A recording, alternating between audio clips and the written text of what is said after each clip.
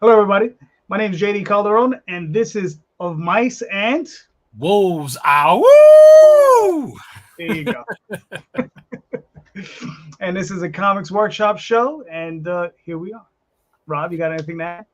Oh yeah. So this is the show that we like to help other creators work through any kind of issues that they may be having in the industry, whether it's a print issue, working with an artist, a writer, whatever kind of issue, Kickstarters, whatever. We're here to help you work through those issues, and we're going to workshop those. And hopefully, you watching out there get something out of it. If you're a process junkie, this show is for you.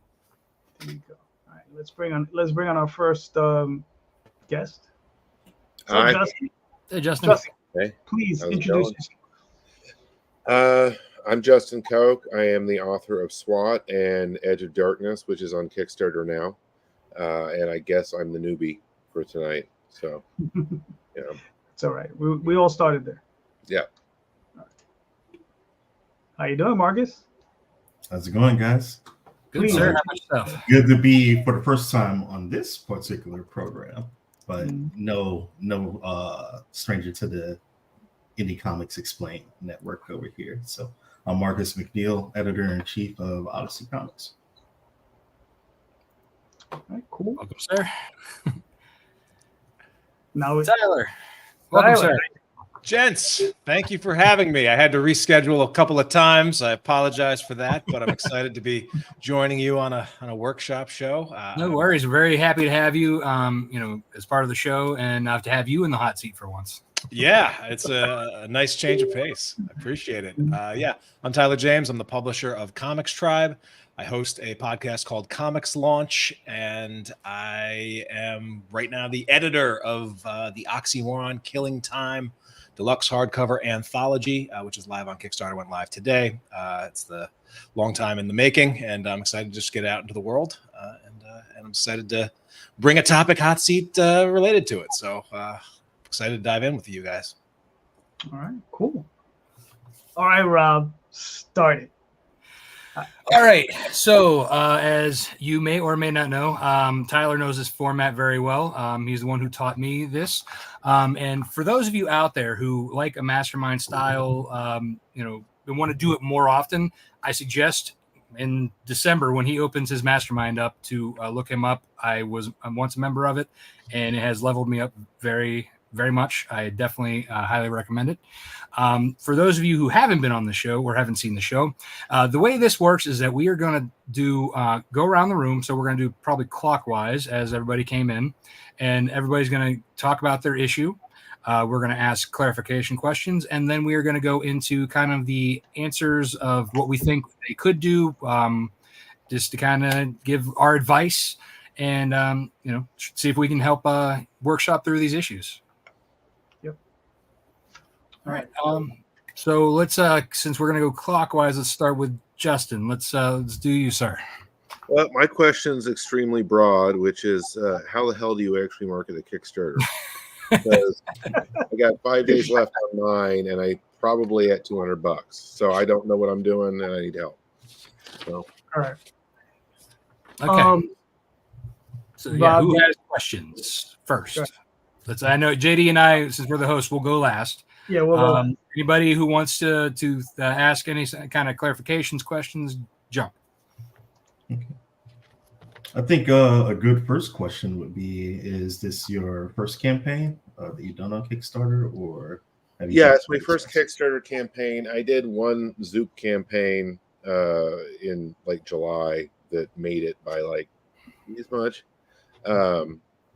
So this one is, it's one of those things where I get like when I talk about it on a podcast, people are blown away or they act like they're really impressed, and then but it's just not translating to actually too much actual buying, right? And I think I'm not promoting it right somehow. I mean, aside from the podcast, which I probably haven't done as many of as I did for SWAT, but like Facebook posts are not really getting any traction. I don't know.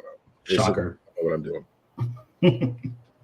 Yeah, I think that's an important thing because one of the things that I really noticed when I first did a Kickstarter and even some subsequent ones is that, and this is kind of a weird thing because it's almost cart before the horse, really.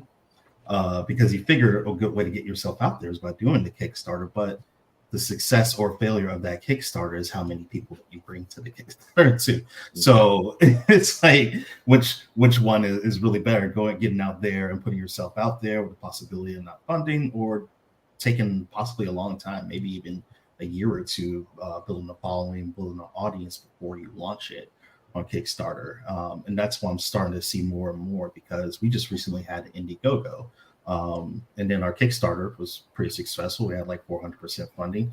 Indiegogo failed to even hit and get the very minimal funding that we had up there. And we had to look at the questions of why is that? Well, it's because our audience, my readers, people that support Odyssey Comics, are on Kickstarter. They're not on Indiegogo. So I could put it up there, but Indiegogo itself, the algorithm, it's not really going to bring a whole lot of people to you unless you've developed your audience on that base. So let's, before we kind of get into the hows, let's ask some more clarification questions, so that we're not covering the same thing over, and then we'll go into kind of like more like what he can do. So Tyler, do you have any questions for him? Yeah, I guess I would say in terms of funding raised and backer count, how did this one how is this one compared to what happened on Zoop? Well, this is I don't want to go into the pitch, but the other one is the one that funded is sort of a Harry Potter parody that's a lot more comic, whereas this is much heavier and claustrophobic, and it's not as much fun as SWAT. So I think that might be part of it. Oh yeah, I'm at 198. I don't. Can I share the campaign real quick? Maybe. Yeah. Pull it up. I'll bring it up. Oh, you want me to just link it to you? Yeah, or you can drop it in the private chat. I'll bring it over. Yeah, okay. I pulled it up on mine, but in terms of numbers, like how did the Zoop perform, and then how did that impact what you set your goal at and your expectations for this one? Well, I barely cleared 2,000 for that. I asked 3,000 for this because it's more like what it actually costs to make a comic. Yep. Not so much because I thought I was going to get it necessarily, but I thought the bigger fan base for Kickstarter would make up for the difference there. Yeah. But yeah, so I think the art looks great. I didn't do the art, but I think the art's awesome, and it's a cool idea. So I don't think it's the idea. It's just something I'm doing or not doing to get it in front of people. Okay. Yeah. Or maybe the design of the campaign's wrong, but yeah. Okay. JD, do you have any questions? Yeah, I mean, like you said, you're the newbie. What have you been doing to develop your mailing list, if you even have one?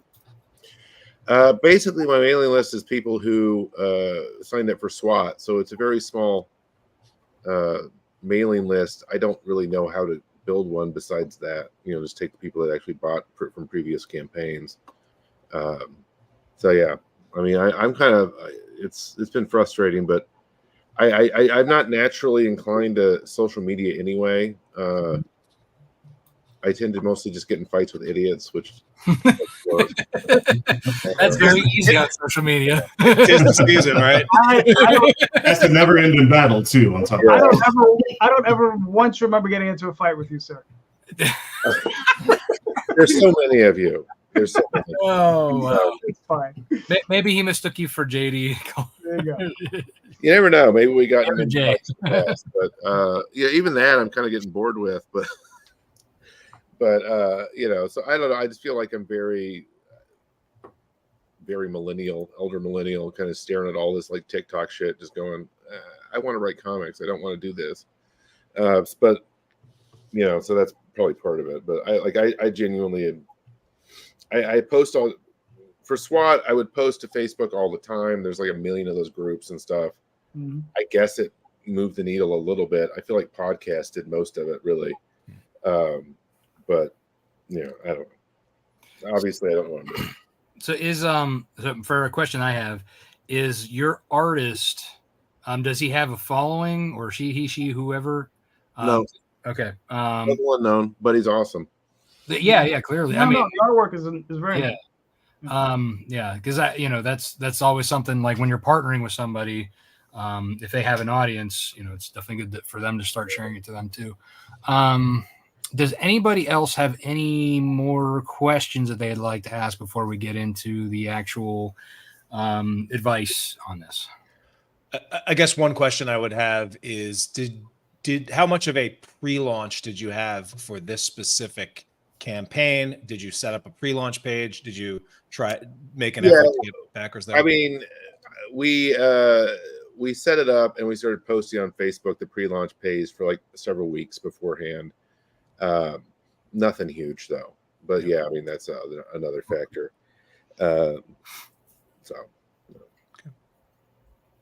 Marcus, do you have anything? Yeah, I think that's it for me. Okay. But do you want to jump back into what you were saying with any advice that you were where you were leading with what you were talking about earlier? Yeah, so we were talking on the subject of audience. Yes, audience building, especially in regards to the platform. So that was one of the struggles I had at first because thankfully I was partnering with other people when we had launched Nobody's Princess, who had already been on Kickstarter. They've had books successfully funded before, so we were able to bring in sort of like a built-in audience a little bit. We're still falling short for where we wanted to be, but we were getting a lot of support from having that larger audience and that larger network to be able to bring in. So that cut down and truncated some of the pitfalls you could fall into when you start Kickstarter for the first time. So basically I cheated. And once you do that kickstarting and fulfilling, you're able to build off that because you're pitching to people all over again. But you also try to do whatever you can because eventually you'll start seeing those numbers dwindle down, and you got to do what you can to start either maintaining or growing that base that you have, which is the harder thing to get in the first place. It's easy to get to like that 100. I won't say easy. It's tough to get to that 100 backers, going from 100 backers to get 200, 250 backers. That's the grind right there. So I think in the case of this one, it sounds like you set up the pre-launch, you ran it for a few weeks, and were able to do whatever you can with there. Those are the right moves to do. So it could just be a matter of, are people resonating with the product? I hate to say product. Are people resonating with the project, what you're creating? Have you communicated it in that same regard? Like, I think I follow you, but I haven't seen it like pop up a whole lot. But I've also been like offline a lot like the last 2 months or so. So it's like I'm running the campaigns and shipping stuff, and other than that, I'm not touching the internet. So it's really one of those things that's hard to pin down, because a lot of times you can do everything right and still not get the results, and it's not really like an indication or a blow to like what you did or didn't do. Sometimes it's just what it is. And like I said, when I tried to do the Indiegogo thing, I know I got a solid campaign. I know I had a great book. We had a lot of success on Kickstarter. We were in the smack dab of it. Like, I'm fulfilling the Kickstarter as we put the Indiegogo out. It's like the right time. Got 3 backers. So yeah. I find that Indiegogo is definitely a harder, especially if you have an existing like following with Kickstarter. It's hard to translate over. I've done that a couple of times with Indiegogo in demands, and it's like just maybe like less than 20 every time I've done it over there versus like the hundreds over in Kickstarter. So yeah, Indiegogo in itself is definitely it's a tough small niche community that they're just like, oh, you've done Kickstarter, we don't want to look at you. With IGG, it's not a thing about bringing your backers over from Kickstarter. Is developing a whole new backer list just for IGG, because I did a few IGGs and I started building and I stopped. I have to go back, but it is possible, because I had 10, maybe 20 people who were back each campaign. I'd raise like more like $800 or $900 per campaign. It's good as a backup campaign, like what you were doing. You just a little bit extra funding, but it's a hustle. You have to hustle it. And it's completely different crowd. You're going to be speaking to over there. So. Tyler, I know Yeah. you have a lot to say on this. I was definitely a big fan and student of your list launch. I think you definitely have a lot of great advice that you can offer, Justin. Yeah, I mean, there's a couple of ways that I could go, and I guess I'd be curious what Justin would find most valuable. Some of the benchmarks that I sort of share on the podcast and in the course I have is that usually by the end of the first day, I want to be at least 10% funded. By the end of the first week, I want to be at minimum 30% funded. If you can get to 50 to 60% funded at any time during the campaign, you should feel pretty good about being able to push it to the end. Your campaign right now with 5 days to go is still under 7% funded. So this would definitely be in sort of like the danger zone, and the result that you're getting is just simply you missed the mark in terms of your audience preparation, your goal for the project that you have and the audience that you have, or a combination of both. But I'm curious, what would be more helpful to you in terms of, things that you could do to improve the project over the next couple of days, or just the bigger audience building to prep for a relaunch? What would be most helpful to you? Probably a relaunch. I don't think reasonably this is gonna fund, right? Like 5 days left. Is the book done? Like, is it print ready? I guess we didn't cover that in the question. No, I've written all of it, but there's 6 pages that are done. Okay. 7. Is there a possibility then that you can have maybe, let's say, 9 pages done, and then you can do like a small ash can that you can offer as a list builder for your email list, to give people at least see what the story is, along with the gorgeous art that it has? I mean, I could add I'm sure I could definitely pay to get another couple pages for sure. Leonardo's really into the project as well, so he might do it just cause, but I wouldn't take advantage of him like that. Okay, so how many pages is the project supposed to be? Because that's something I didn't see. Is it supposed to be a 24-page book or a 32-page book? Yeah, well, I mean, it's the script is 23 pages, so it'd be a minimum of 28. You might add a couple more on, or 24, I mean, but probably 28.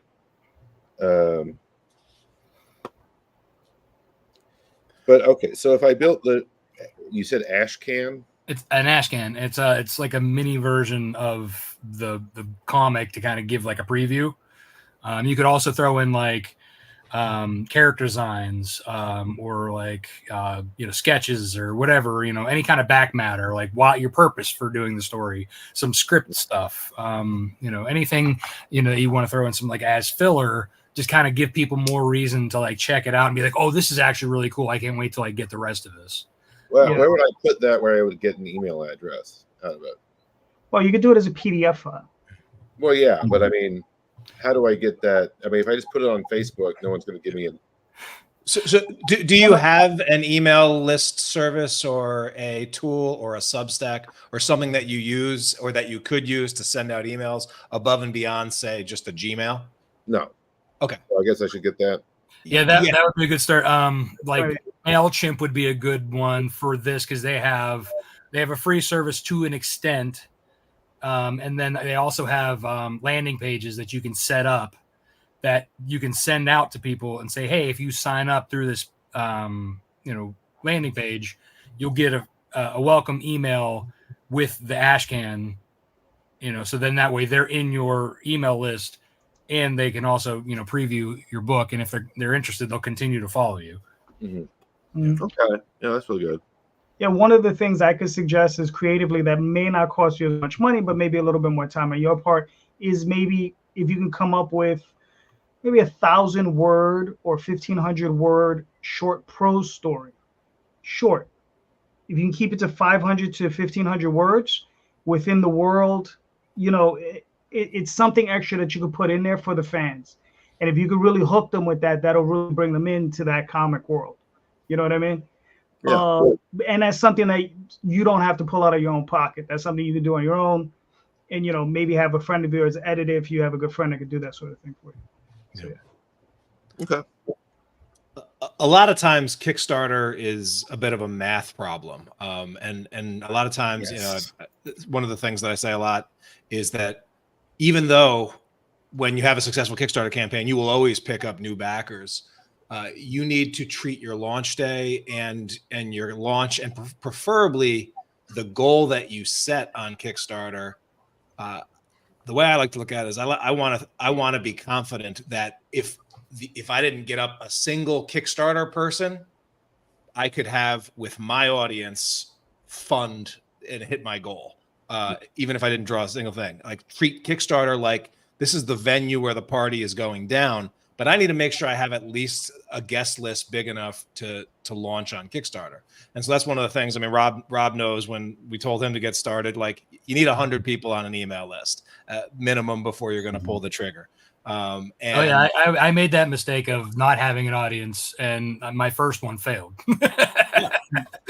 And that's so important because getting those people out on day one. But then the other thing that I would say, and also a lot of that first 100 is not, well, I got to convince a stranger off Facebook to go give me his email address. It's literally, all right, who are the 100 people I know that either might be interested in backing, sharing, or supporting and with a or knowing about the campaign. So that would be one thing. And then also just on the campaign design, the math has got to work. So I was just looking at your project, and your top goal is $24, right? Mm. Which by Kickstarter standards, that's like the most common backing amount. Yeah, it's an average pledge. But well, it's like a median pledge, but it's not even an average pledge. Like for a lot of campaigns, usually, it could $30 go a to lot $35 range. But basically, it depends on the level. Yeah.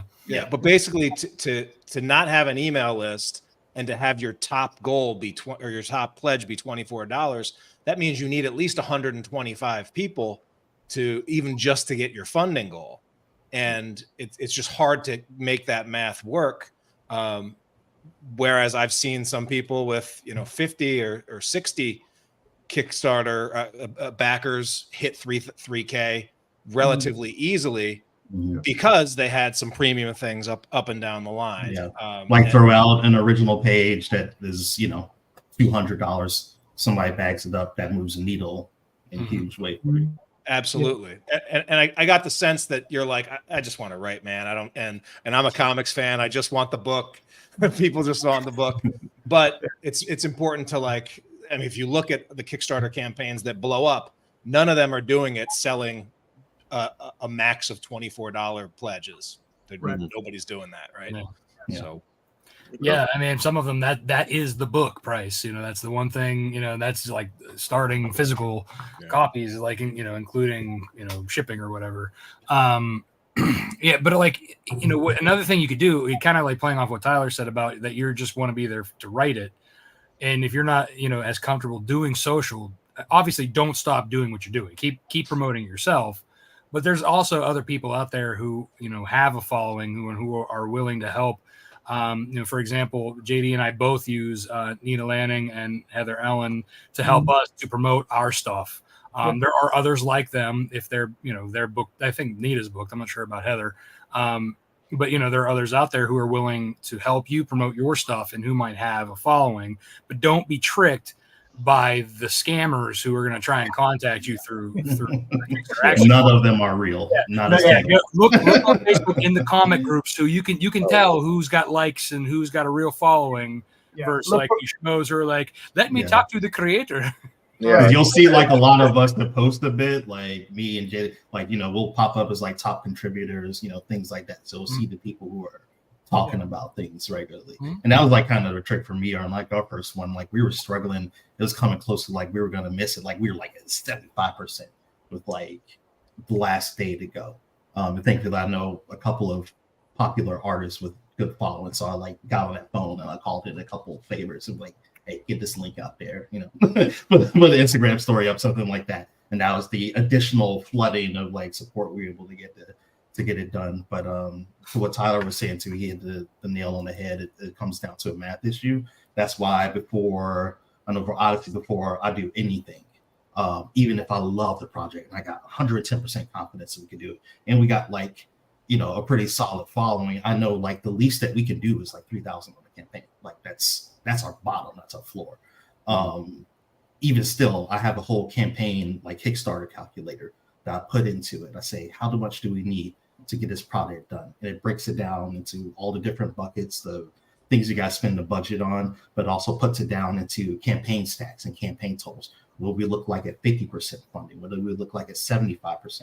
Will we look like 100%? So that I know, okay, maybe for this project, from where we go and what my averages are and things like that, for what the budget we need, I can't put a book out like this and have a goal of say $12,000, but I think realistically our following can pull in $5,000-$6,000. That means I have to way overperform to an unrealistic standard, or I got to bring in so many new people or put someone on the project that's going to bring a lot more eyes into it. Then it becomes what's financially amicable for you. So if Odyssey has to pick up, I know, okay, I could get 5,000 done. I really need 6,000 to be comfortable. I'm good with paying that extra $1,000, for Odyssey to be able to take care and get it there. Drop that campaign total down. Know that I can live with the cost and be able to put it out and get it funded and everything at a lower campaign total based on where all of my numbers are hitting. If I do all that and everything was comfortable, then that lets me know, like, okay, yeah, I can do this. We could do the standard stuff. And then what we were talking about, the average pledge, sometimes you got to get that average pledge up. If you're only going to be able to potentially hit, 250 people and you need 300, well, you need someone to be backing big tiers, big chunky tiers to be able to bring in enough money for you to hit that funding. So you go something stupendous, like what we do a lot is, we do custom 3D printing, miniatures, sculptures, things like that we do now, because people will pay larger sums of money because they're getting something physical that is different from just a comic, and they know it's only going to be like 15, 20 of those things in existence, and they're willing to pay more to have something special that's bespoke and made for them. So what that been doing is be able to bring up the average pledge so that, let's see, Matthew had a comment. It can be whatever, however much you feel comfortable. I'm saying some people do $1,000, $2,000, whatever. I think the limit is 10K. So get creative. Yeah. I think something too like that you have a specialty, because you're a lawyer, right? That's your regular job. Yeah. What kind of specifically lawyer are you? Like, do you know any bit of like, trade marking stuff, or is it more like criminal, or what? Like, what's your specialty? Bankruptcy. Oh yeah, see, there you go. So a lot of for a lot of people who are going bankrupt. I might be calling you pretty soon. We'll stay. But seriously though, like, you could have, like, as a specialty for what you do, you could have like a $200 pledge to get all of your issues, just your comic stuff, and have a kind of like a it doesn't, and you being a lawyer kind of know a little bit about, I'm sure, a lot of different kind of law stuff, but like something that can help potentially any of these creators out there who might need to, like, to get a lawyer to get kind of like a, and I think Gamal Hennessy did the same thing. He set up it was like, I met Gamal back in San Diego too. So yeah, he did like a $250 or $300, like, basically it was a an hour or 2 hour long consultation to talk about your stuff, and I think he got a couple of those. But I mean, that's like something that you are unique to you that you can do. Right. You did like a web design, right? Yeah. Oh yeah. I've done, and sometimes that that might mean the difference between. Oh yeah. Web design's a super important thing to have, because you get to like really save a lot of money on paying additional for logos and formatting books and everything like that when you do. So the web design one that I did saved the kids' book for me. So yeah, having that kind of stuff that you can do really, like, helps, and it doesn't have to be comic book related, though. The more that it's kind of like, at least kind of like parallel to it, the better. And also, I would say too, when you're doing your first one, I know some people feel weird about it, especially when they're more established creators and you're doing something your first time. A lot of people don't want to feel like they're riding other people's coattails, but sometimes it's just necessary when you're doing your first one to build out that community. Sometimes you could do it kind of internally with the mailing lists and the newsletters and everything like that. Sometimes you can kind of do it from a top-down level too, where, say if you know someone who has a book that's, kind of similar, something like, hey, I'm doing this Kickstarter. It's my first time doing it. I don't have a whole lot of support. Do you have any recommendations? Like, are you willing to give me a PDF that we can tag along with it and include a bundle? Because those things really do matter and they do add up and stack up. When you have a back catalog that backers are coming at, even if it's at digital level, especially at digital levels, because I feel like it's something that people discredit a lot. When you can build, most of your backers are going to be digital. If you can take them from being $5 backers to $15, $20 backers, those are game changers. And that's been something I've been trying to focus on more, is like giving people more digital content they can have and access to like the full Odyssey catalog or something like that. So in case of something like this, if you want to be like, hey, I got this and it's kind of science fiction, horror or something like that. Hey, Marcus, I know you did Critical Mass. You guys did this and this and that. We'd be willing to pitch in it. And a lot of people, they don't ask anything for it. Like, hey, yeah, this is something that we do to support each other. Go ahead and throw it out. I'll make it available to you. You can make it part of the campaign pledge that you do. Bring more people in. And that also gives me a piece where I say, hey, Justin's doing something. Like, we're going to include this with it. Go ahead and check his campaign now and see if you like it. You also get this along with it. And then you're starting to tap into other people's backers, and you're starting to stack up in an exponential way of luring more people into your campaign. Yeah, being part of the community and talking to other indie creators too, especially those who are in the same genre pool as you, being able to talk about stuff back and forth. And the more they know you too, the more people are like, oh, hey, yeah, I know this guy. I'm going to go back him. Maybe even just because the fact that they like you. And then they're willing to share, so building, that reciprocity of friendship and community is a big part of it too. Yeah.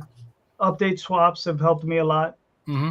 I mean, I've done tons of those. And I mean, I find that those, and it's like Rob said, finding those people who are in the same genre so that you can do a similar update swap with them. So at least you're within that same group. So that people who like what they like, they might like what you like, and so on and so forth. And they might be willing to go over and, pick up your stuff. And like I said, it helps. It helps a lot. Yeah. And then especially when it comes to additional things like, Kickstarter backers, they're used to like a certain level of stuff you get with the campaign. They want their variants. They want, their stickers and their things like that. It's something that's built in to how we've operated. And, it wasn't like that before. The indie market has driven that, and that's what people are looking for. People come to Kickstarter not just for the book now. They come for the extras too. Like that, they're willing to pay more for like a book that they would find for $5 at a stand. They're willing to pay more because they're going to get more stuff with it, and more exclusive too. Mm-hmm. And that's where it becomes, again, because now you were dealing with one cover. Now you got two. What should you do for it? Okay, now you got three. Who should you get for it? Can you afford to, pay to get more covers? Everything like that. Everything becomes like a numbers in a chessboard sort of game. It can fry your brain out. It become really like unwieldy and like frustrating at times. But yeah, that's where these sort of things are helpful that we're doing right now, to get to talk to other people. Like, even if you see someone that say, hey, they did this cover for, JD, like, it was pretty good. Like, people seem to like that. I'd like to get that artist. Like, hey, JD, like, can you vouch for this person? Like, how did it go? What was their rate? Anything you could do like that to start incorporating other talent and things like that, because it comes to a point where even if they're not names, people start being like familiar with the work. And I think we've been able to deal with, I always like giving work to the same people, especially people that are great and get it done quick and get it done well. I hang on to them. So I keep bringing them back, so that when people know the Odyssey campaign is coming up, then they'll, oh, that guy, I think he's going to do, a poster. He's going to do a variant cover. He's going to do something. I really like this work. I'm going to go and I'm going to pick it up. I don't even care what the project is. I just like the stuff. I want it. And just all those little things start adding up. So once you start rolling in those things, you start building up that average pledge, and especially at the point where you start making more things, that you start making those larger pledge tiers, then that's going to work in your way. Because I feel like $3,000, that's probably what most like lower tier indie comics costs to produce. So the goal is reasonable. You just got to have like enough content to be able, for the backers that you can draw, be able to pledge that amount to get you to that goal. And there's so many different ways to do it. It's unfortunately a lot of trial and error. I feel like going to trying things and seeing what works and what doesn't. Or yeah, or looking at other campaigns and seeing what they're doing, what they're offering, and what can work with your stuff. That's a big help, is looking at what others are doing. Then that way you can, learn from them. All right, so we are getting towards the end of this one. Does anybody else have anything final for Justin before we move on? No. That's not- Yeah. So Justin, did this help? You have a lot of ideas and what to do, and Yeah. I mean, I got quite a bit of notes. Good. So, yeah, that makes Definitely sense. suggest listening to Tyler's podcast very often. He has a lot of great content for this, particularly. And taking his course helps a lot. Yeah. I mean, I took it. I know Rob's taking it. My wife's taking it, and she's the one that's actually doing well because she's the one that listened. She put it into practice. That's why they call it the better half, right? 110% correct. Yes, sir. I mean, as she says, I'm feral. I do what I want when I want. So, so Marcus, do you have a question for us, sir? Yes, I believe somebody made a comment just a little bit ago that the creative part is the easy part of this whole equation, which I would typically agree with. But sometimes you do find yourself in the situations where we know with comics, it's all about the vision and getting things together. When that's all working as a collective and everybody's on the same page and working towards the same vision, it's magic. And that's what keeps us coming back and doing this all the time. But how do you resolve things when it doesn't? Say you have a particular vision for something. And this is something I have to think about a lot as an editor-in-chief, because I'm primarily responsible for how a book is marketed, how we communicate it, using my knowledge of where our readers are, and then drawing in new readers and how to get that book out there and communicate it. And then where maybe a creator, a writer, or artist is comfortable with how they want their book to be presented and things they want to do and things they want to incorporate in it. How do you reconcile the vision as an editor or a publisher or even creative on your own, and then your artist or your writers or whatever other team members that you're working with have a bit of a different vision that they're trying to get together? And usually this will get settled ahead of time, but over the course of a project, things change, notes fly back and forward, edits happen. How do you make sure that everybody stays on the same page or working towards the same goal, and that obviously the end result is something that both parties are going to be happy with? Okay. That's a good one. All right. So does anybody have any clarification questions for Marcus? Curious if there's any specific areas where you find that as EIC, it's like, oh, these particular areas, I find myself pushing back a lot or feeling more particularly strong about one thing or another, and what those might be. Me, I actually have a reverse problem. I am trying to get people to go bigger a lot because my thing is, I tell people comic books is not movies. Okay, if you're doing an explosion in the comic book page, you don't have to hire a pyrotechnics team and get city clearances and all that sort of stuff to do it. So if you can punch it up, it's going to cost you the same amount of money to pay that artist to make it. So why would you keep it down here? You can dial it up down. You're only limited by their skill and your imagination. So go for it.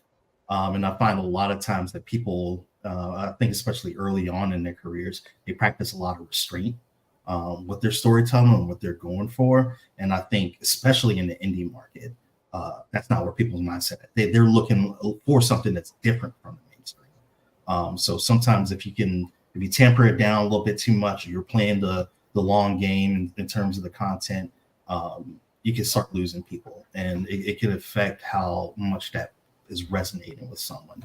So like if we're coming into a situation where, say we have a space adventure book and it's mainly like, character drama in it, the book that is looking, those readers that are attracted to that sort of thing, they're looking for Star Wars level stuff, or at the very least Star Trek. So if you're not meeting their expectations by being light on action, or the action itself is kind of milquetoast and it's not like hitting where it needs to be in terms of that, then for me, when I see those things as an editor, I'm like, this is gonna land. Like I could anticipate the feedback already where it's coming from, and then trying to convince people like, hey, you should do this, and then they say, well, no, that's really not what the book is, and not really like, where I was comfortable, or what I was trying to do, or what I was trying to communicate with this particular part of the story, even though from every other standpoint it makes perfect sense for what's going on. There's that hesitation to change things, and to always say, punching it up, and try to get that engagement from the reader. So typically that's what I see a whole lot. Or sometimes it's even from a conceptual point, like, we picked up a project because it was pitched as sort of this, and then as we get into actually doing it and the pages coming out, it's not quite reaching like that plateau of what was the promise of it. Yeah, it wasn't giving you the expectation. Yes. Okay. Justin, do you have any questions? No, I think I get what he's saying. I mean, All right. Okay. Moderation in comics is bullshit. Go for it. That's what I love about it, honestly, is you can just go, you're supposed to go balls to the wall, Yeah. Well, I do have a question. So obviously you're taking in projects, you're taking in pitches, right? Mm-hmm. Right. And you're interviewing these people, and when you're interviewing and you're taking in these pitches, what are the agreements that you're coming to with them once you've agreed to take on a project, right? Because I know for myself as a creator, if I approach a publisher, I'm not interested in what you have to say to me about my book. Mm-hmm. You understand? But that's me 30 years plus doing this. You understand? I'm a little different, right? So I'll be honest with you, other than maybe you telling me you missed a period here, and time is missing here, I don't want to hear it. I have my own vision. I have my own thing. So I mean, so what type of... that's the situation me and JD would be wrestling. I'll be on a flight to Queens, right, working things out. I'd be sitting out in the front with the shotgun and be like, come. But that's what I'm saying though, is like what type of agreements are you coming to with them? Like, are they... Because you're gonna have these people coming in. I mean, look, we're all creators here. We all know passion, right? Mm-hmm. And in that passion comes like this serious creative force. And how do you get them to I don't want to say submit, but how do you get them to agree with you? How do you massage that in there? Because you have like a lot of massaging. Yeah, well, I know for me, actually, my whole process of bringing in projects at Odyssey is pretty extensive. I do like a whole, of course, review myself. My other editors, they also do a review. So we have notes from like 3 different people by the time we even come back and approach a project. Then from there, I sort of lay things out for like how I would sort of anticipate things. And actually, before we even at that point, I do a 101. So I would, whether it's a phone call or even like this via Zoom or something like that, being able to talk to them. And the first thing, I don't talk about the project to start. I want to know about the creator. I want to know about the person, because everything stops in them with that. It's always like initially doing a vibe check, because if I'm talking to someone who pitched me a project and I'm speaking to them, I'm already investing my time into it. So that means I already want it. I'm looking for a reason for you to give me to not want to do it, or to start seeing the red flags come in, right? And everything like that too. But I'm also pretty forward with like, hey, this is what I've already provided the notes back from you. But I tell people, like, if you're working with me and you're working with Odyssey, like, I'm going to push you. I'm going to challenge you on things, because me as an editor, my job is to, advocate on the behalf of the reader. That's all it comes down to. I'm not putting my personal opinion in it. I'm not telling people to change politics, or your story isn't, right for this and this and that. I'm not doing that. I'm trying to enhance it, just make it go Super Saiyan a little bit, to be the best version of their own work that it can be. And I think that's probably my one like really good talent when it comes to making comics, is understanding other people's vision, but trying to lead them into their own greatness like a little bit more. So it typically is not like a thing where I'm saying like, hey, our readers want fucking muscle bound men shooting this place up, like, you know, all these things going on, and not like that. It's like saying, hey, you're doing all this great stuff in this comic. Wouldn't it be great if you did this too and made this the payoff for it? It makes sense within the world that you established, the things that you've already put the work in and done it great. But let's do it like awesome and try to get it to that. And I think that's the thread that comes in a little bit, because people are like, I could kind of like take or leave this advice, you know, or they think like that mindset, like you were just saying, like, hey, you ain't telling me nothing. But usually it's more of the case where like, I feel like, you know, we got it to the point where it's good and like I feel comfortable with it. I'm fine with it. I don't want to go back and change anything. Like, let's move forward with it. And it's just like, yeah, okay, you know, I don't take people to task or like put a gun to their head or anything like that. But it's always trying to really squeeze that last little bit of juice, like, you know, out of the fruit that you're trying to make. And I think that's the thing that when it comes to making comics, sometimes can make or break really solid reads to like really great reads. Like you put something down, it's just like you get that feeling like, man, that was good. You know, 1 hour I spent, you know, reading that thing. Other than like, okay, that was cool, that was solid. I'll look at another one. You know, I want people to feel that other way when they put that book down and be like, yes, that hits. Like that's what's really going on. All right, Tyler, did you have something that you wanted to ask? I guess I was curious if you have found a way to like communicate the vision or the vision statement or the mission statement for your comic company, so that you're sort of clear up front. You've got something that you can point to that say, hey, you know, these are the non-negotiables. An Odyssey Comics book, you're always going to get X, Y, or Z, and this is the standard that we live up to, such that, you know, you don't have to constantly be the bad guy. You can. It's right there in our submissions page. Yep. So okay, when if they are doing their homework and reading and looking through the guidelines and what I'm communicating. And even in our mission statement as a company on our website, they should know. They're like, yeah, this is the situation you're walking into. If you're just going to kind of like put out your, you know, comic that's kind of just, oh, well, you know, I did it over the course of a couple of weekends and here it is. Like, yeah, you know, that's, I still get plenty of those pitches, but I try to be very detailed to sort of weed out people's expectations. Like, if you send those things to me, I'll respond to you. I'll get around to it eventually. Yeah. But like your likelihood of making something happen with us is probably not going to happen. But I also challenge people, and I always tell people like, hey, come back. If you got something else, like, or you worked on something, like show me again. And there's been something I've worked as an editor for people for things that honestly will not publish and I will not have any sort of credit on, but I was workshopping in this sort of situation with those people. We're able to see their pitch like come to me where it was like, you know, it's very like on the edge to like, wow, this is like actually pretty cool. Like actually, if you want to do it, I'll be open to coming in and doing it now, publishing it.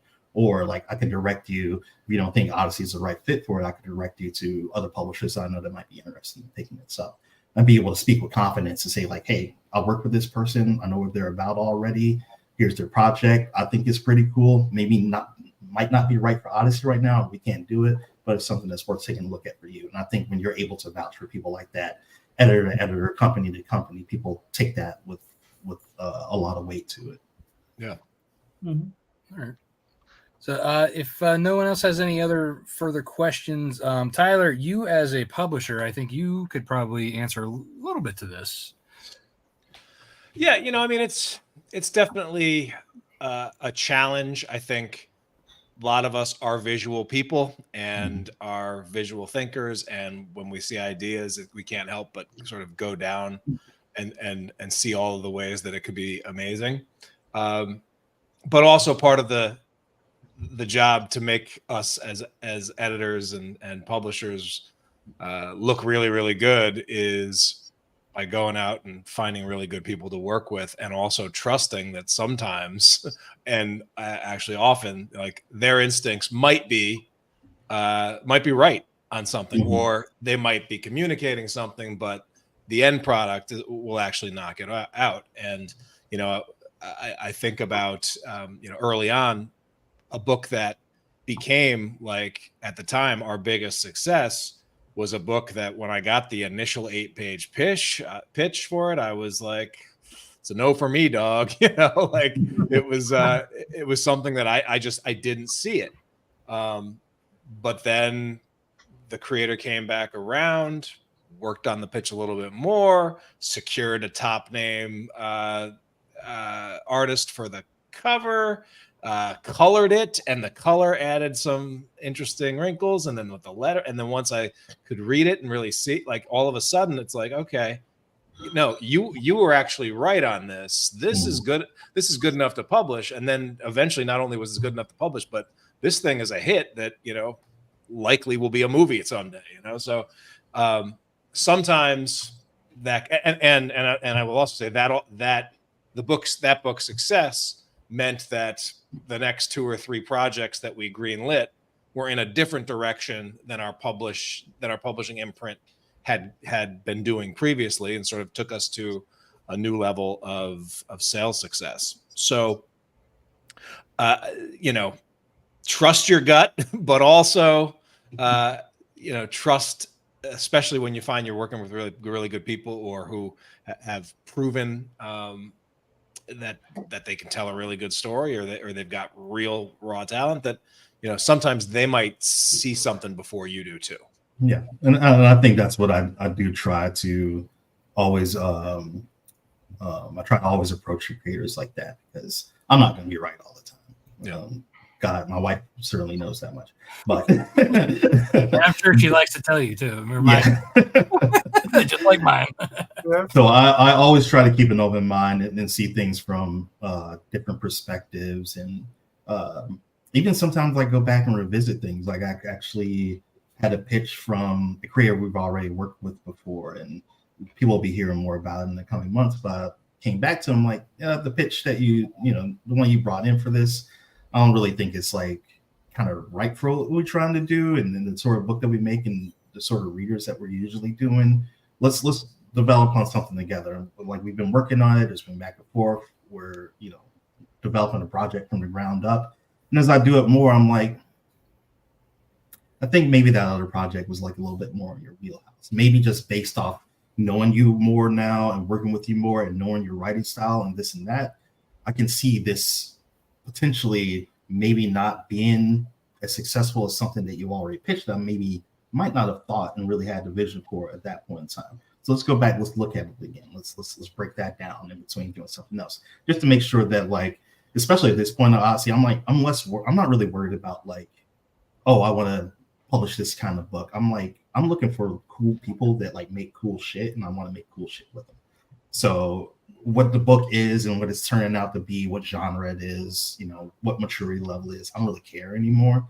I want to be like, okay, I'm feeling good about this product. This thing is cool. Like, people are going to enjoy reading it. They're going to have a good time with it. Hell, maybe they'll win an award or two, something like that. Let's try to get the resources to make it the best it can possibly be. And I think right now it's I'm just continuing to be in that mindset of like, make it the best, make it the best, make it the best. Because I'm not a perfectionist. Well, I kind of am a little bit, judging from how long it's taken me to like format a couple of these last books. Like, okay, maybe if I go in and I change like a couple things, do some other graphic design elements, move things around, that's coming up. But really trying to give people that eye. Like, you have the vision, but sometimes whether you're looking at like what's here in front of you, or you're looking deeper, try to get that to people. And that's maybe not even 5% of the things that we come across. This is very, very, very rare, actually, that I really have to have like a stern like editorial back and forth with anyone. I think we got like 50 creators total in Odyssey, and this is probably like popped up 3 times. But whenever it does happen, it's something that's like, especially when you're used to things going on so well, it's like, we've been caught on this 1 or 2 pages for like, the last month. Like, let's get it done. Like let's get it moving. So that's usually where I'm at. Justin, do you have like, I know like you working with clients, do you have like kind of like a similar situation? Like when you're like talking to a client who's like, who wants to do something, and you're like, no, this is actually how it needs to be, kind of a situation? Like, every lawyer deals with that constantly, but it's usually something stupid I'm trying to talk them out of. So I don't know. I guess I would say, I mean, I maybe try to get them to feel like it's their idea. People tend to like it if they think it's their idea somehow. Mhm. You know, I don't know. I mean, I try to that when I talk to people, I'm very conscientious, even like the pronouns and things that I use. Like I often don't say like I want you to do this or I need you to do this. I say, I think we can do this. We can accomplish this if X happens. You know, make it always feel like a collaborative thing. Because yeah, there's not a whole lot that like I bring the hammer down and make like absolute like non-discussion things. So I always try to keep it an open platform for development and ideas and everything like that. But I also do play my like little psychological games to be like, yeah, I think if we manage to do this, and then after a while, people are like, oh yeah, I do think that's a cool idea. We should do that. Mm-hmm. It's like okay. Well, no, they just start saying, yeah, we can do that. Yeah. Yeah. Well, I guess if I could jump in, I mean, I don't have the situation like being a publisher and working with other writers, but I mean, working in collaboration with a lot of different artists. What I find is, the only time I write scripts, right? But I don't break them down. So I don't have panel 1, scene 1, page 1, blah, blah, blah, 3/4 worms. I don't do that sort of thing. I only did that when I was working professionally. And that was really for the editors. That wasn't for my artists. Because the artist I had worked with before, he knew exactly what to do. And he was going to do his thing no matter what I wrote, right? I could say, do all this stuff. No, he was going to, I would hand him a script. There's supposed to be 24 pages. That's what we were contracted to do. And he would be like, oh no, this is going to be 32 pages. We're going to have a double splash page here. We're going to have a splash page here. And he would just do it. And they would pay him. And it was like, all right, fine, whatever. And it worked out great for me because I made extra money. But the one thing I find is that by working in the fashion that I work, that I allow the artist to break it down, they feel more control and they feel more artistically invested in the work, right? So that when they break it down, they do the page turns, they'll know where to break it down. If they want to insert a double page splash, they'll do that. And they'll do what they have to do. Invariably, I never, ever, ever get anything I envision. Okay? I have a clear vision of what I want. I never get it. But what I get, though, is always fantastic. See, that's the crazy thing about it. Is that, and then sometimes, they'll give me stuff and they'll read stuff in the script and they'll put it in. Depending what it is, I can work it in. I've done that before. I have one guy that I worked with drove me insane because he inserted in a whole new character that I didn't write in the script, because I write all the dialogue, I write all the emotions and facial expressions, everything. All that stuff goes in there. He inserted in a whole new character. And I was just like, okay, let's do this. And I worked but it literally drove me insane for at least a month before figuring it out. I was like, okay, I'll work it out. And I worked it out. But I think the work was actually stronger because of it. So sometimes you gotta let go a little. That's the only thing, that's the only advice I could give, is sometimes you do gotta let go a little and go on that wild ride. See where, like, if you ever been whitewater rafting, see where it's gonna take you. You know what I mean? I think that's good advice too. That's something I've been trying to like practice more, is like easing up on that. It's more difficult because I'm usually editor on someone else's stuff, but recently with a short story that I did where I was the writer, because I'm a lot of the same way. I break down everything, proper script format and everything like that.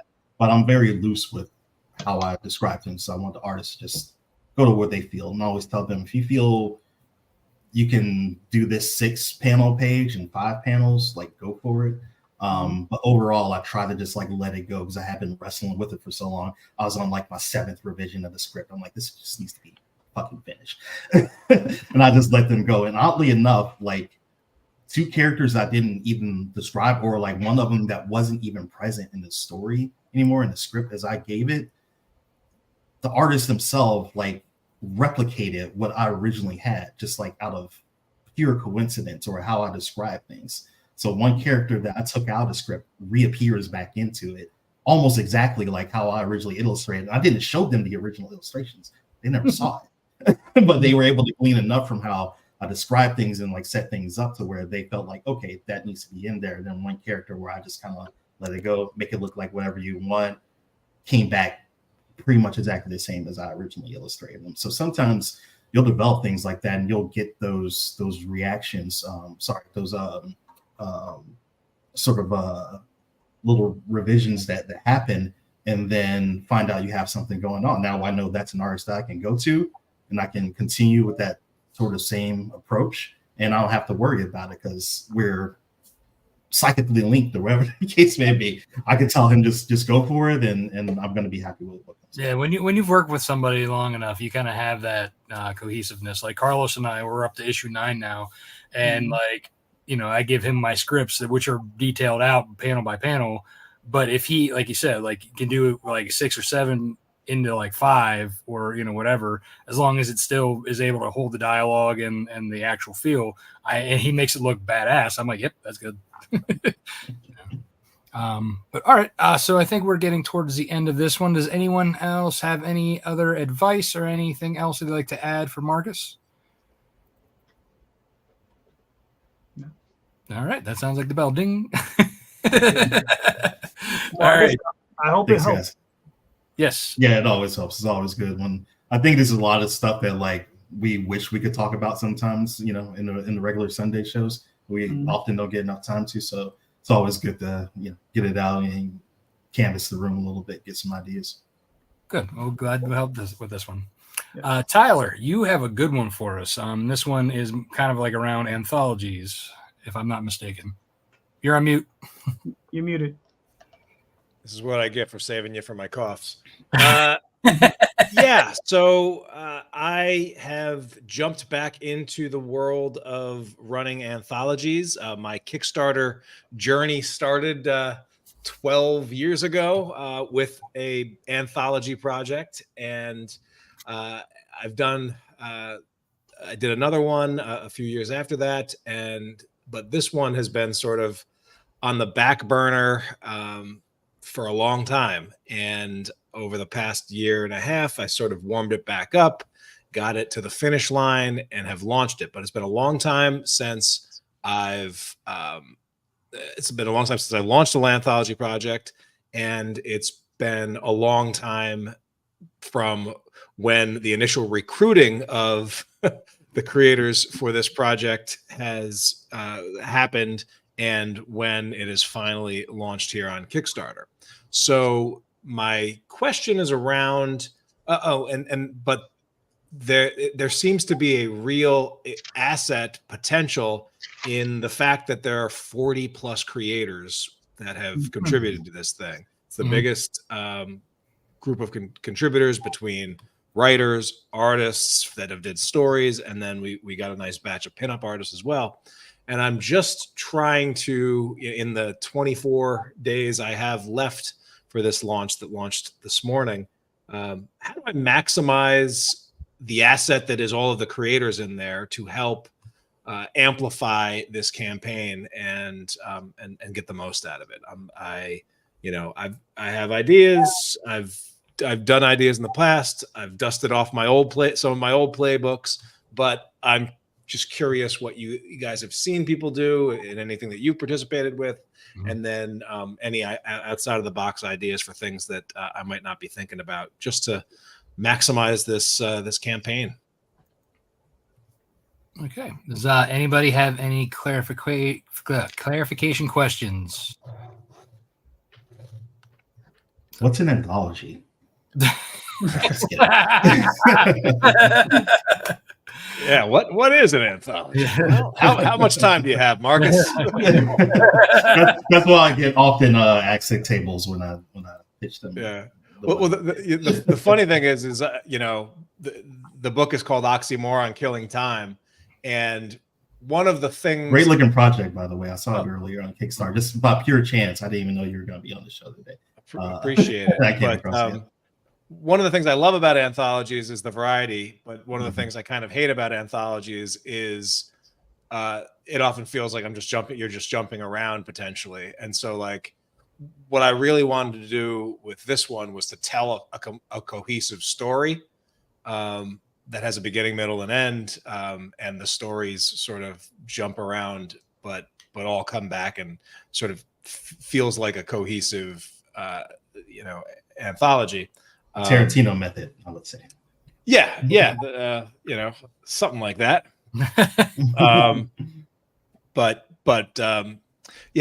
Just trying to maximize what I have with the creators that are involved, and All that's right. kind of. I have a question for you. Yeah, maybe even a few, to be honest. So what are you currently using for like management of the artists and the writers, or is there like a group that you've set up? Like, are you using a management tool or like a storage device, like like Google Drive or Dropbox or something? Yeah. So I way back when I was using Google Drive to sort of manage the tracking of how things were going. And I was sending out just BCC emails to everybody involved when I had an update.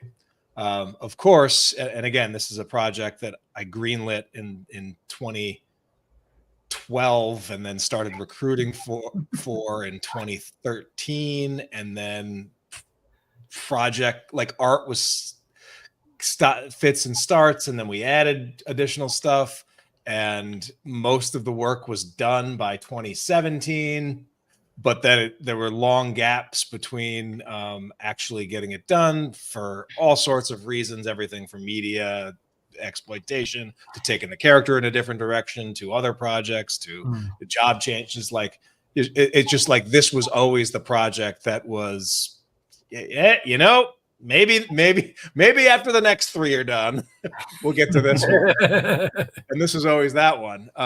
And honestly, it weighed on me. It was like this, obligation that had been sitting on my shoulders for forever. And so it feels really good to finally get it out into the world. But as a result, some of those emails of creators have bounced, and so that's how I was doing it. But I did a few months ago, once I was absolutely certain that we would be launching this year, I created a Facebook group and invited all of the creators that I could get contact information for to that private Facebook group just for the creators in this group. And I've been using that as a communication tool in addition to email. Okay. All right.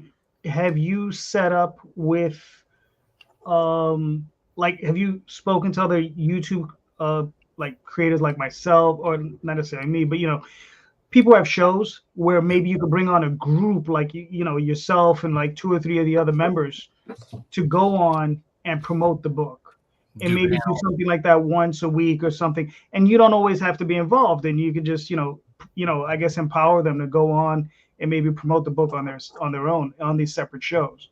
I'm just wondering. Travis would have been a good one to ask too for that, because he does with his Cthulhu anthologies. He's always doing the creator, hangouts, and he does like specific ones for his, anthologies and like has like a panel of like 9 to 10 people. At least once a week. Yeah. So I have not set any of those up yet, but one of the things that I did sort of poll everybody with a survey question was just, hey, are you open to doing streams either with me or someone else to promote the project?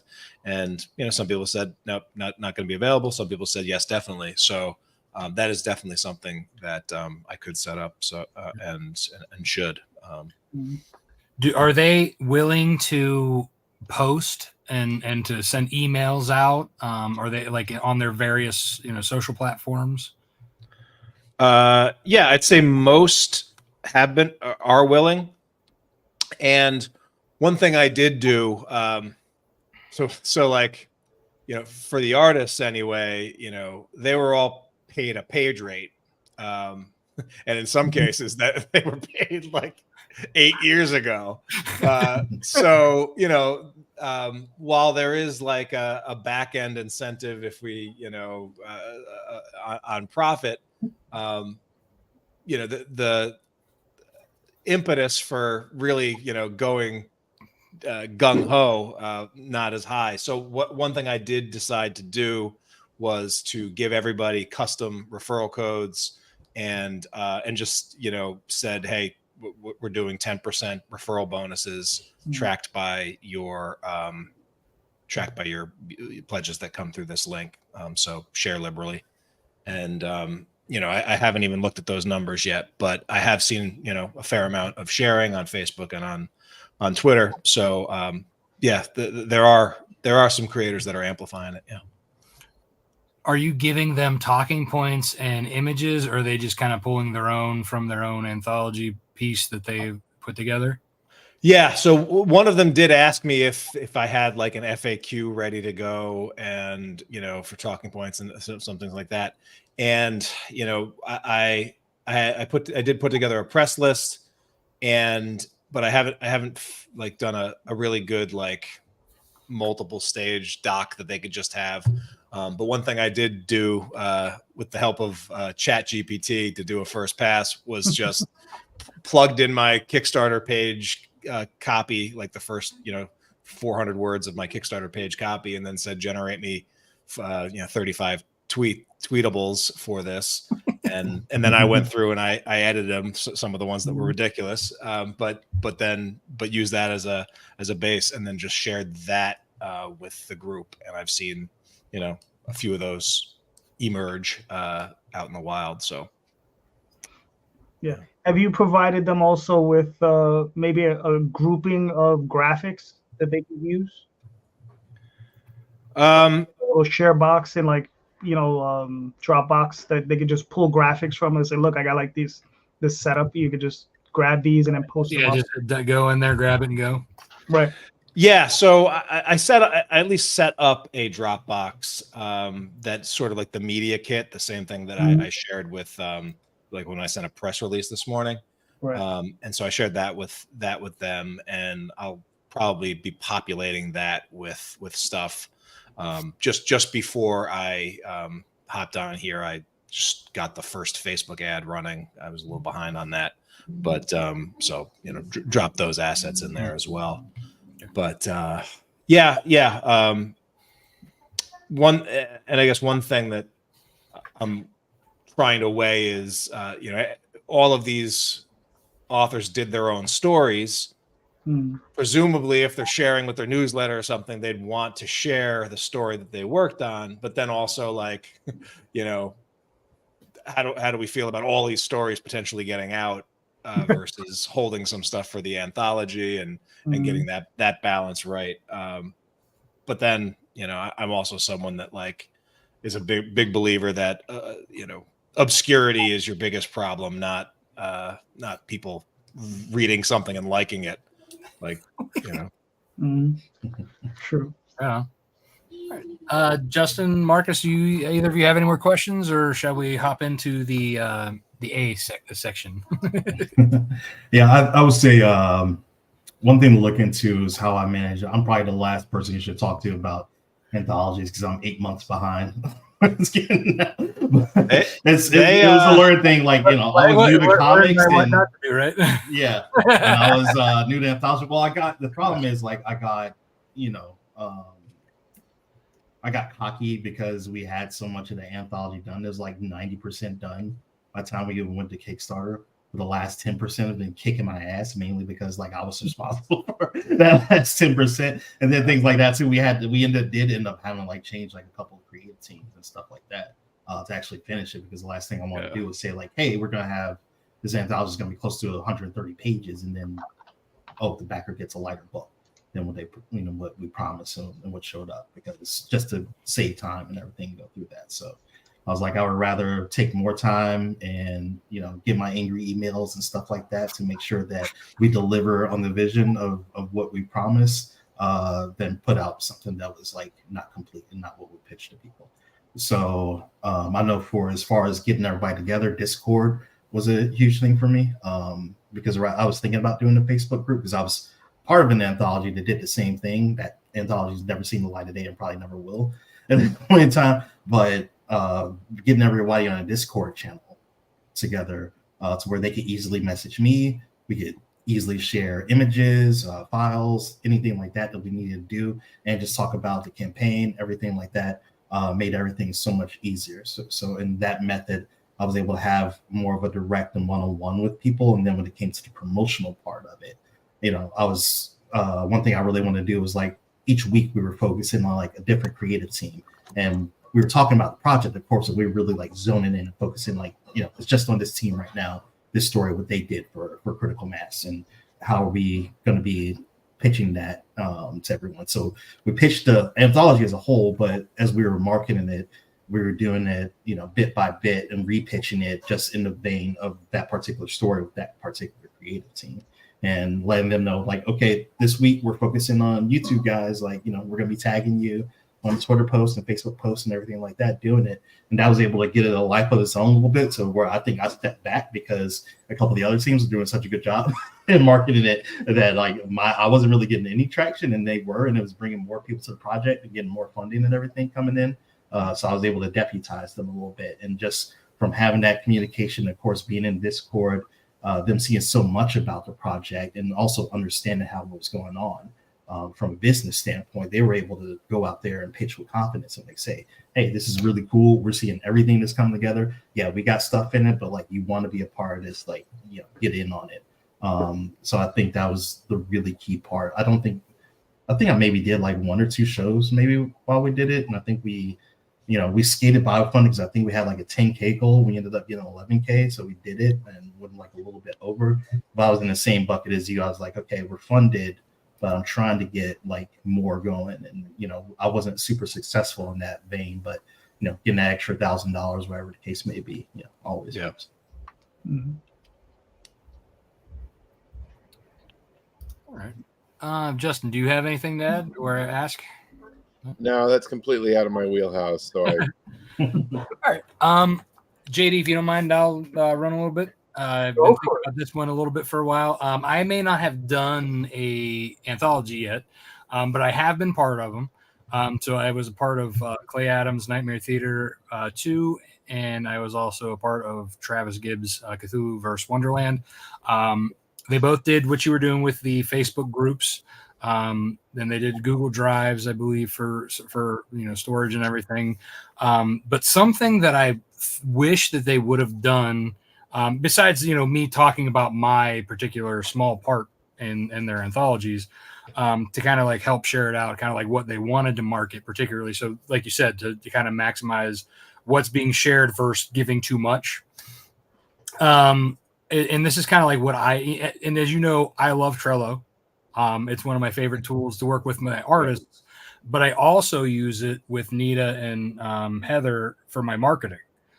So what I'll do is any post that I have, so all the posts that I do through my, through Lone Wolf Comics or my insiders or my own personal pages, I set those up in a Facebook column, a Instagram column, a Twitter column, and then I have each card it's a daily post or maybe a half day post or whatever. I schedule the time that it's supposed to go out. I have for Facebook, it has, you can put as many as you want on there or whatever for the content, the image.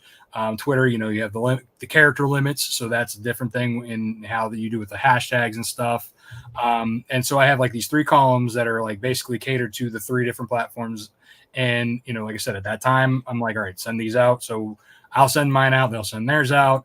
Sometimes they tweak it a little bit, which I encourage them to do. So it's not like they're regurgitating exactly what I'm doing, but they're putting their own voice into it as well. But it's giving them a basis to use, as well as like there's something brand new that's coming out on the campaign that we just unlocked. Boom. So that's going to go out later this evening. Yeah. Everybody picks that up, throws it out there.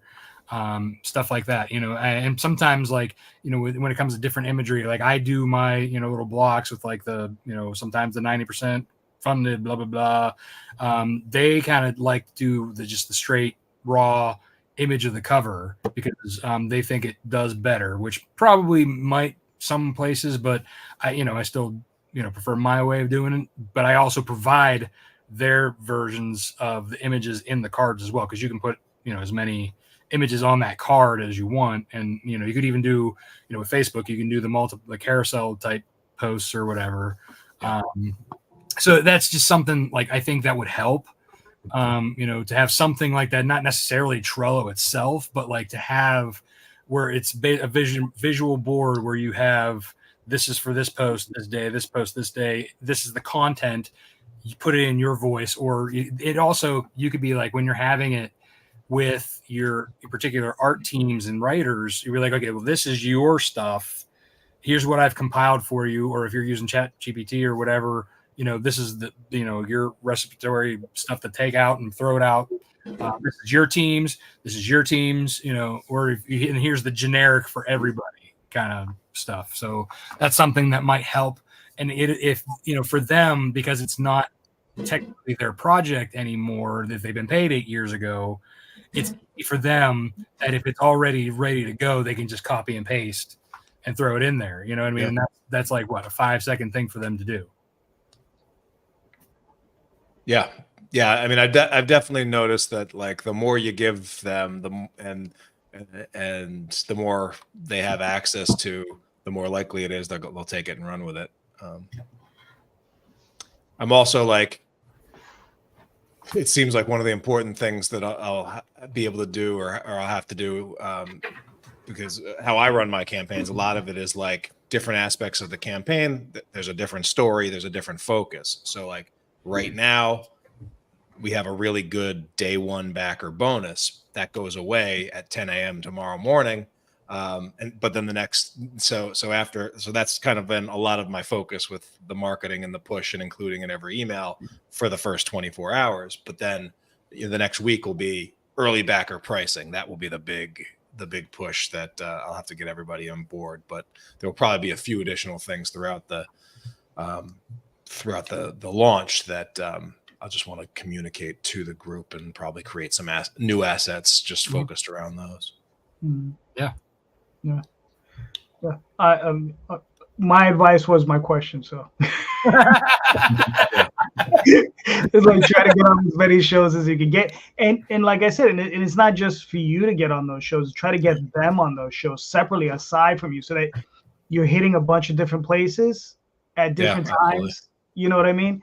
So that, because you can't be everywhere, right? So if you're splitting that up with them. And you know the 80-20 rule, you have a few creators that are all in, and those are going to be the creators you're going to really want to focus on and push them to do those things, and those are going to be the ones that are really going to drive it for you.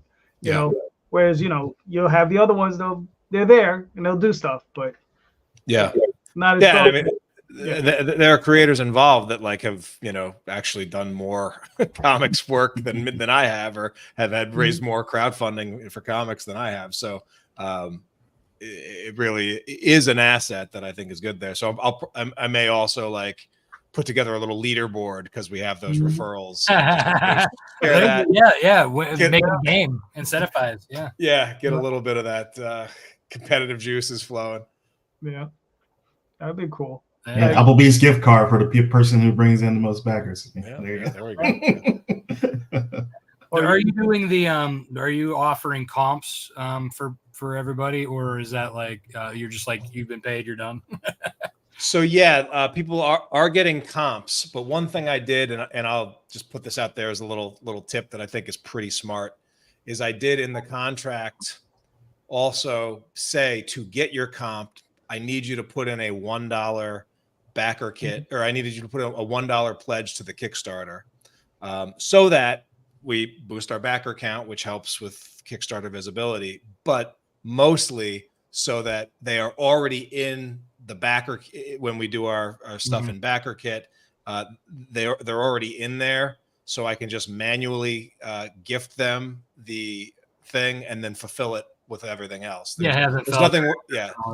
There's nothing worse than like having a big Kickstarter fulfillment project, getting everything out the door, and there's like, I got 40 more books that I have to go track down everybody's email for. Ask me how I know. Yeah. Publisher problems, right? That's good. That's good. Yeah. Yeah, I mean, I guess I like, as I said, I wasn't part of like an anthology, or I didn't make one, but like as you know, you were part of my volume 1, and then I had my volume 2 recently out.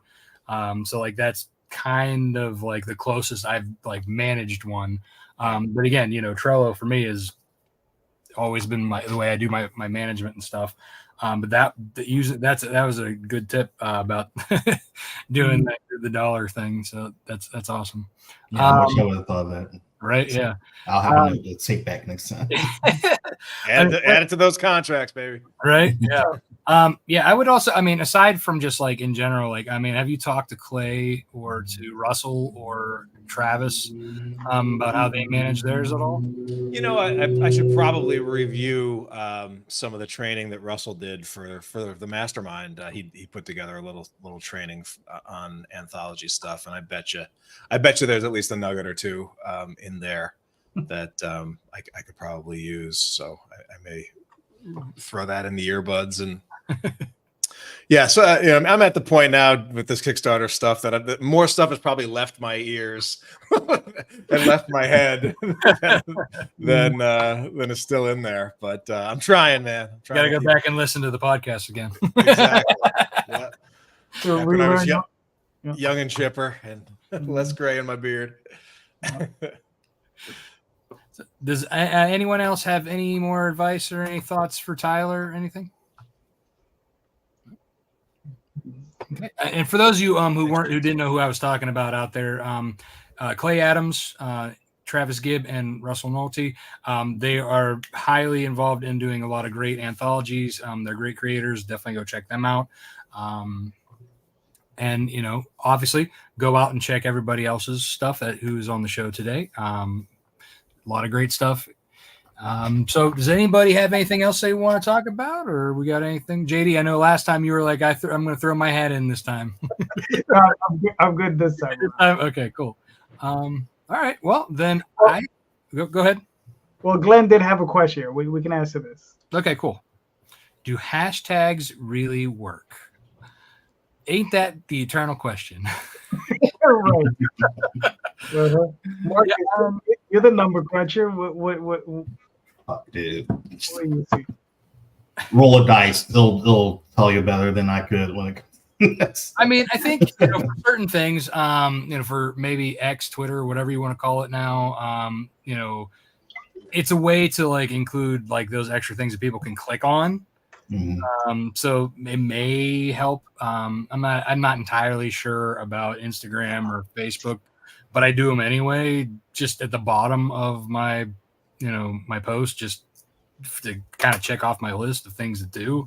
Hasn't hurt me. So I mean, I would say maybe it definitely can't hurt. I think a lot of part of it too is a lot of the algorithms have gone more intelligent with both Facebook and on Twitter, to where you don't have to put the hashtags in anymore. But I also think too that to your point though, they have become more intelligent. So if you're just hashtagging keywords that have nothing to do with your post, I think they're going to flag you on that. Yeah. So if you're doing hashtags, definitely do it related to the content. Yeah, I found the hashtag on Facebook that always works, because I always see the notification is someone's contacted you or pinged you or something. Followers. So it's hashtag followers.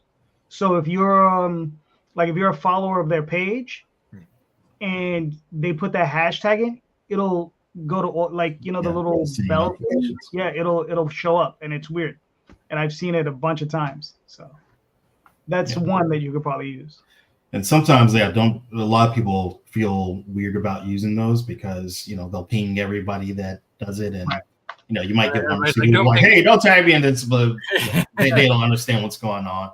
But there's been more than a couple times where I think like JD did like one campaign where Facebook was burying his stuff to me, which is like weird because we talk all the time and engage with each other and everything like that. And there's like, you don't need to see his Kickstarter. Yeah. And I think it wasn't until he made like one particular post, I'm like, shit, he's got a campaign out right now.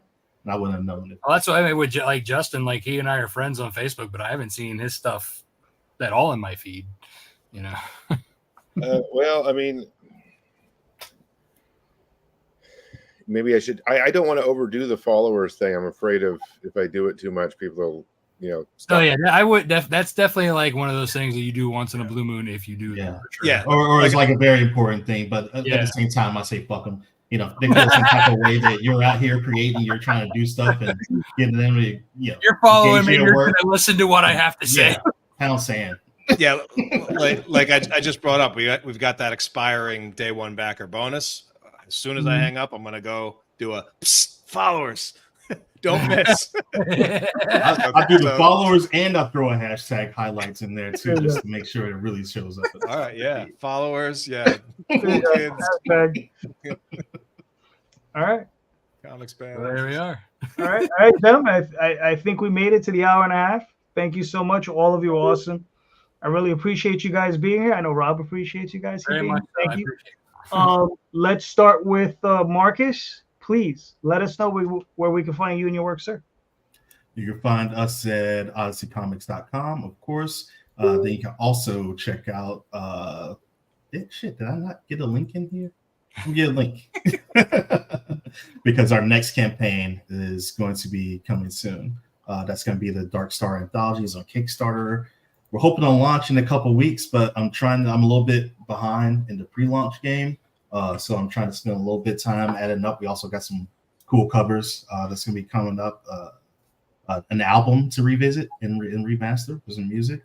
So that's going to be cool to check out too. So really stay tied into what we're doing both there and then on Twitter, because we've been making got a few announcements coming up. We're making some business moves. So we got new projects that we're announcing coming out for 2025. And I'm going to do this whole torturous fiasco to myself all over again next year. All right, cool. Tyler, where can they find you and your work, sir? Yeah, so if you want the latest and greatest launch, comicstribe.com/killing time will bring you to the Oxymoron Killing Time hardcover that 40 plus creators and myself were involved in. Would love for you to check it out. If you want to hear more about this whole world of creating comics, publishing, Kickstarter, crowdfunding, I have a weekly podcast that's been running for feels like my entire life now, but 475 plus weeks in a row. You can go over to comicslaunch.com and get access to the podcast, listen to it wherever you listen to podcasts. Very nice. Justin, where can they find you and your work, sir?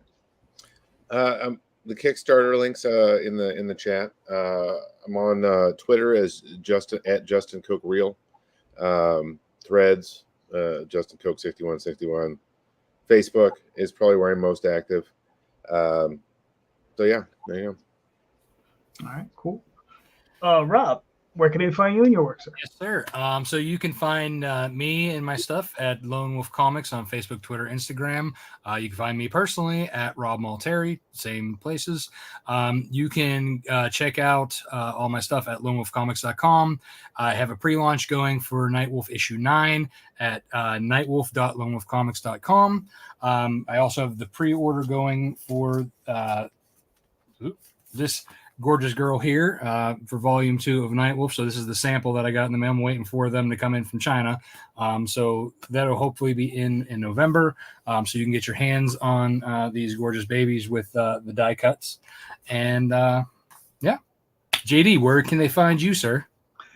Facebook, Instagram, Twitter, DeviantArt, all under JD Calderon. But most importantly, the OswaldChronicles.com, TallTalesOnline.com, and every Sunday night, Indie Comics Explained, with a group of gentlemen and ladies sometimes. We'll have them on and we'll talk about the business of comics, and we goof around, and it's a little different than this show, a bit more swearing and and a bit more cussing, but we tend to get the job done. So thank you so much. And also everybody, remember, please go check out the links in the show notes.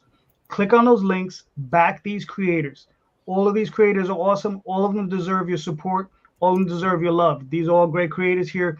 Everyone here is doing great work. So please click on those links, buy those books, and just remember, read more indie comics, especially ours. Have a good night, everyone. Thank you. Take care, everybody. Good night.